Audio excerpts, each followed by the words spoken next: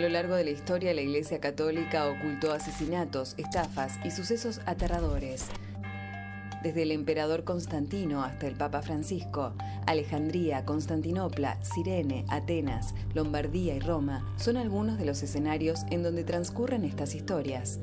Nuevas fuentes y archivos históricos prestan testimonio para esclarecer estos casos. El asesinato de Hipatia, una mujer culta e independiente linchada por los fanáticos, instigados por el poder eclesiástico.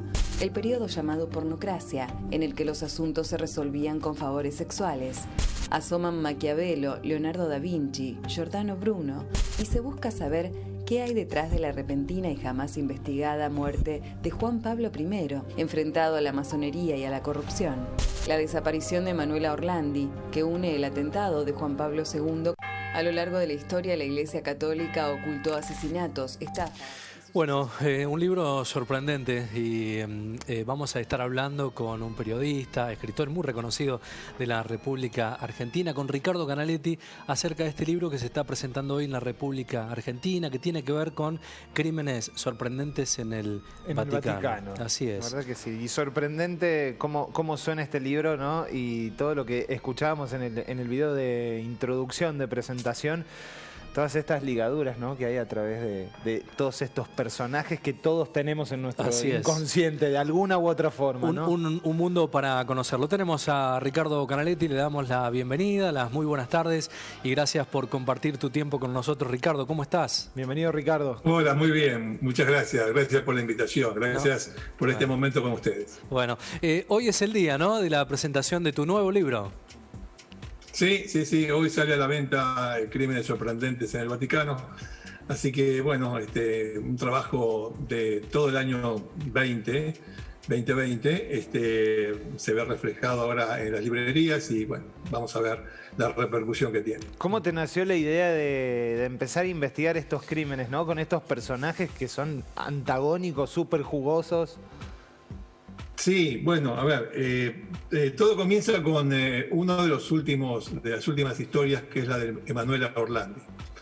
Manuela Orlandi era una chica de 15 años, que es ciudadana del Vaticano, era hija de aquel que se encargaba de repartir, de distribuir el correo en el Vaticano, incluso el correo del Papa. Y esa chiquita desapareció, saliendo muy cerca de la ciudad del Vaticano, pero en Roma, saliendo de su clase de música, de flauta. Y a raíz de ese caso, bueno, hubo cuestiones que tenían que ver con la logia P2, con una banda de delincuentes romana, con vínculos con la mafia del sur, con Ali Asca, aquel que atentó 2 años antes de la desaparición de Manuela contra el Papa Juan Pablo II.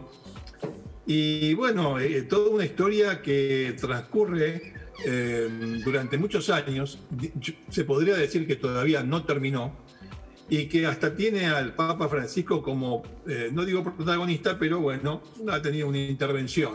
Emanuela Orlandi nunca apareció.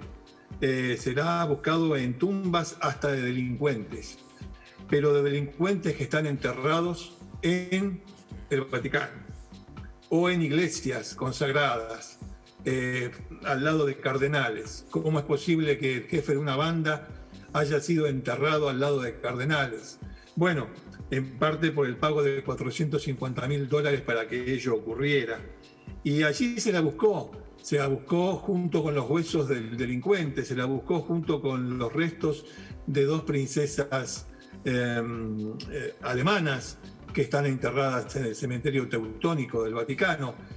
Es un gran misterio el de Manuela Orlandi, que tiene muchos ingredientes. Y a partir de ese caso, yo lo propuse a la editorial, a Penguin Random House, para escribirlo. A ellos les encantó la idea. Estaba a punto de viajar incluso a Roma cuando ocurrió lo de la pandemia y la cuarentena. Y bueno, en ese ida y vuelta surgió la posibilidad de ampliar la cuestión y no quedarnos solamente con la historia de Manuela Orlandi, porque vimos que había muchos casos, no digo parecidos, algunos son incluso mucho más aberrantes que los de Manuel Orlandi, Claro, claro. que transcurrían a lo largo de toda la historia de la Iglesia.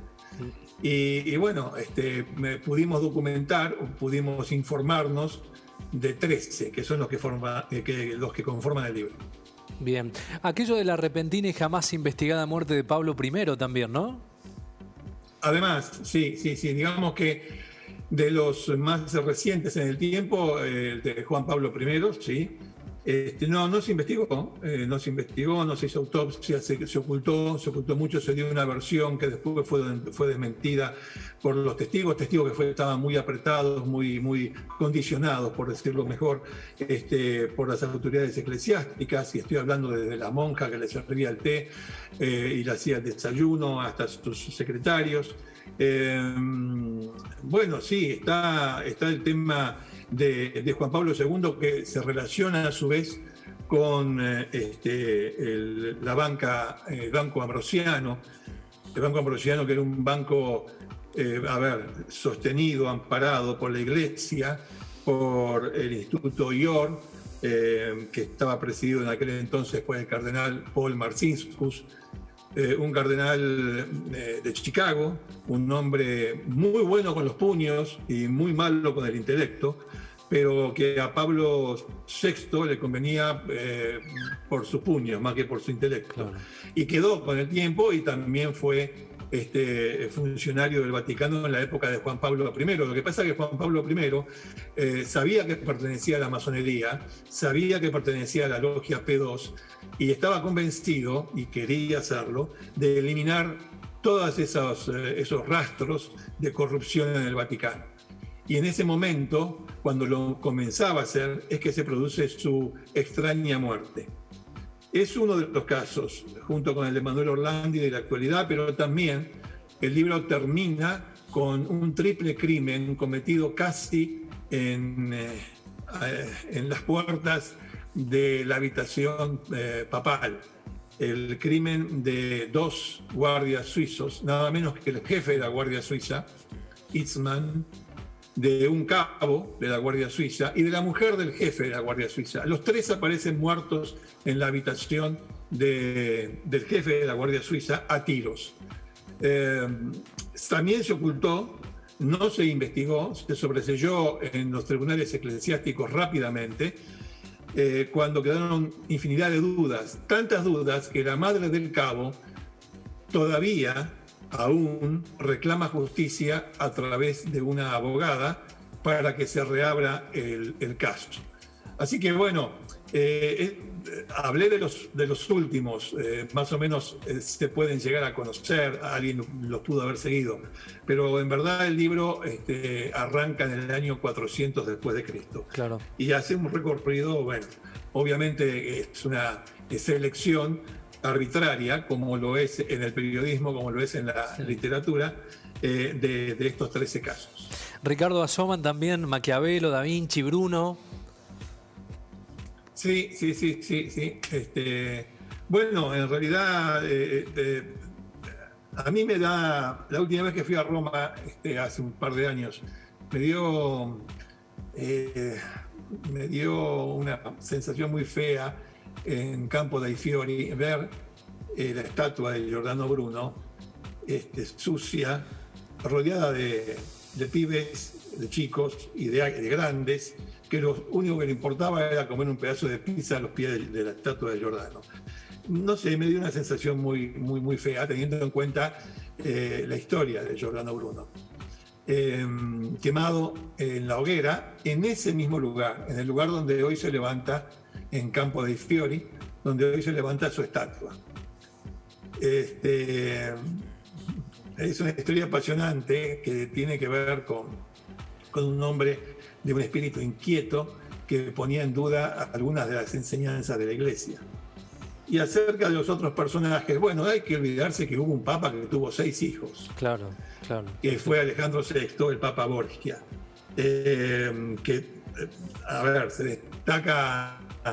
Se destacan Lucrecia y se destaca César. Y con César, que fue hecho obispo, porque fue hecho obispo, mejor dicho, cardenal, por su padre, en realidad era un hombre de acción, un hombre de armas. Y como hombre de armas y muy metido en la política italiana, era un hombre que le gustaba mucho ganar por las buenas o ganar por la traición, por un lado o por el otro. Y para la traición, en ese entonces se usaba el veneno. Maquiavelo lo describe a César, lo toma como ejemplo del príncipe en su libro El Príncipe. No lo describe exactamente, pero toma de él muchas de sus cualidades para mantener el poder. Y acerca de Leonardo era joven y a Leonardo se le encargó una misión muy específica. Encontrar un veneno que hiciera efecto en un momento y lugar determinado. Flor de encargo le hicieron, ¿no? Bueno, entonces se van mezclando personajes que conoce todo el mundo con historias que no son tan conocidas. Perfecto, perfecto. Bueno, Ricardo, sí, la verdad que es apasionante. La última, ¿has tenido repercusiones de la iglesia? Digo, ¿qué se ha dicho de este libro? ¿Has tenido alguna respuesta o no? No. Es decir, he tenido algunos mensajes de fieles que se han mostrado un tanto preocupados, pero en verdad podría resumir esa preocupación en una pregunta que me pareció muy, muy interesante de una señora, de una seguidora, que me dijo: yo amo a Dios y lo único que quiero saber es si el libro cuenta casos reales.